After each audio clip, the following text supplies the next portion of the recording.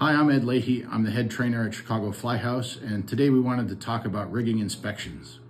Rigging inspections are important because they give us a chance to make sure that everything's being done properly and that there's no degradation in the system, that we're basically looking for unusual risk. And if we find any, we can correct it before it becomes a big problem.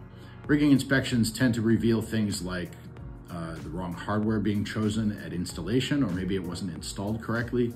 They can find degradation of things when bearings and pulleys or things like that are starting to wear out, or if there's damage to wire rope that could potentially become a catastrophic failure.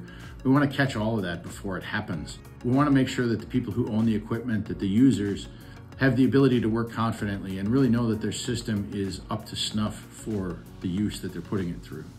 When it comes to choosing an inspection provider, the best thing to do is to become familiar with ANSI E1.47, which is the rigging inspection standard. And in that standard, there's a list of qualifications about who should be doing inspections.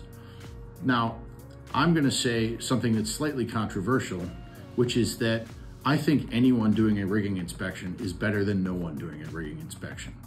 It's a good idea to have everyone in your venue looking and listening and feeling the equipment every time that they use it, so that if something feels a little weird, they can say something about it. But it's also really important to bring in outside inspectors with credentials like an ETCP rigging certification to look at the system, to provide eyes that don't see it every day, to find the things that you aren't going to notice on a daily basis, so that you get a really solid sense of what's good in your system and what's bad in your system. In terms of scheduling rigging inspections, you need to inspect your equipment at least once a year. Now, the standard lays out a couple of different options. Depending on what the system is, you might need to have a more rigorous inspection every year. So things like motorized rigging are going to have a very rigorous inspection every time, because motorized rigging can do damage to itself pretty quickly if there's a problem. For manual rigging and for static rigging, we can do inspections once a year, but those inspections can be a little bit less rigorous. The difference between the two is that in one type of inspection, you look at everything that you can easily look at without going to extraordinary lengths. And in the other type of inspection, you're going to look at everything regardless of what it takes, whether you have to build a scaffold or get a lift or things like that. The best place to go for answers to all your rigging inspection questions is to go read the standard.